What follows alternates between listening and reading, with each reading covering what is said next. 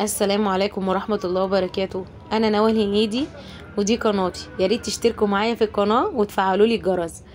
اول حاجة بقى هنشوف هنعمل مع بعض السمك ده ازاي يا حلوين بطريقة سهلة خالص وبسيطة. اسهل طريقة عمايل سمك ومش هتصدقي انتي عملتيه في وقت قد ايه. انا هقطعه زي ما انتوا شايفينه كده وابتدي انضفه. المقص اللي معايا ده بيسهل معايا جدا جدا جدا في التنظيف. بص بكل سهوله بنضفه زي ما انتوا شايفين كده. بياخدش معايا السمكه تاخدش معايا ثانيه. يعني مثلا 4 سمكات اللي عندي دول يعني حوالي 5 دقايق بالظبط اكون منضفاهم ونقعاهم ومية مية. بياخدوش مني وقت خالص في التنظيف، يعني ما بياخدش مجهود معايا. بصوا المقص، بصوا بسرعه ازاي اهو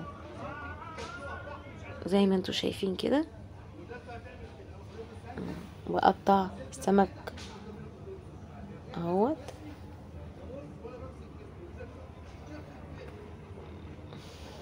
بكل سهولة خالص. نضفته زي ما انتوا شايفين كده.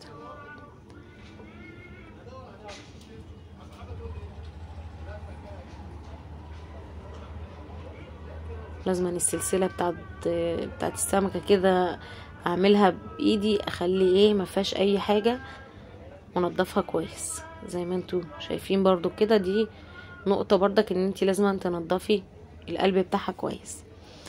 بعد ما نضفته بقى حطيت شوية خل وشوية ملح وابتديت اسيبه في المية شوية، وابتديت اعيد تاني غسل من جوه عشان لو في اي حاجة تطلع. وبعد كده صفيته من المية اللي انا غسلت فيها السمك، وابتديت احط تاني مية، وهحط مية وخل وهنقعه في الحوض برضك. ما تقلقيش الحوض ده متصبن وزي الفل، مفيهوش اي مشكلة ان انت تعملي فيه بدل انت عاملاه للحاجات دي. عشان انا عندي 2 حوض فبخلي واحد للتنظيف وواحد للنقع والحاجات دي. واعصر الليمون بقى زي ما انتوا شايفين كده، بيخليه بقى ايه قشطه من جوه. نضفي بقى ودعكي كده بالليمونه من جوه، بيخلي السمك تحفه اهو زي ما انتوا شايفين كده. واسيبه دقيقتين كده ولا 3 عبال ما اعمل بقى ايه الخلطه بتاعتنا اللي هعمل بيها ايه السمك. بس قبل ما اعمله هفتحه زي ما انتوا شايفين كده عشان يتنقع كله ويبقى مفتوح زي ما انتوا شايفين كده. انا عايزاه مفتوح كده.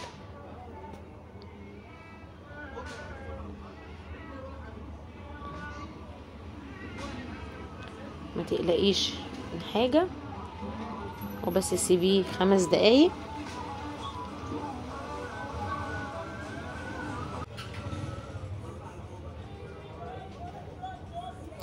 اهو كده بقى اسيبهم دقيقتين قبل ما اعمل الخلطه بتاعتي.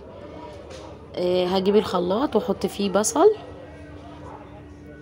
اقطع كام بصلايه كده، ومعايا فلفل اخضر ماشي. وبعد كده حطيت توم، وبعد كده احط طماطمين او 3 كبار. وبعد كده بقى البهارات بتاعتنا احط معلقه كمون، معلقه ملح، واضربهم في الخلاط وارجع لكم تاني. ده بقى السمك بعد ما انا صفيته زي ما انتوا شايفين كده، وجبته في قلب الصينيه وهحط عليه الخلطه اللي احنا عملناها في الخلاط. مفيش اسهل من كده بقى، يعني الخلطه على طول في ثواني اتحطت في الخلاط اتعملت، والسمك ما عادش 5 دقايق تنظيف. يعني كل الحكايه ما كملتش 7-8 دقايق.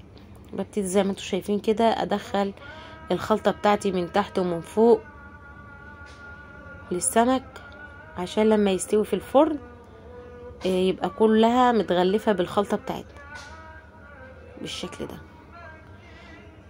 اهو. ده هيتحط في الفرن على طول. هيقعد حوالي 10 دقايق وبعدين هطلعه. حبيت احط على وشه كده فلفل الوان بيديله شكل وطعم حلو. حطي بقى الالوان اللي انت عايزاها، عندك اصفر حطي، عندك اخضر حطي، عندك كل الالوان اللي تحبيها. واعصر كده عصرة ليمون على الوش، وبعد كده اوديه الفرن وارجع لكم تاني. وكده يا حبايبي بعد ما طلعته من الفرن اهو بالشكل اللي انتوا شايفينه ده، قعد حوالي 10 دقايق في الفرن وطلعته بقى بالشكل ده. جميل بقى، مش عايزه اقول لكم ريحته عامله ازاي مخليني هتجنن من الريحه. يا ريت بس الطريقه بتاعتي تكون عجبتكم. هقدمه معاكم دلوقتي، نشوف هنقدمه ازاي. يلا بقى بألف هنا وشفا على قلوبكم حبايبي. يا ريت تجربوه وما تنسوش تعملوا لي لايك اهم حاجه، واسيبكم في رعايه الله والسلام عليكم.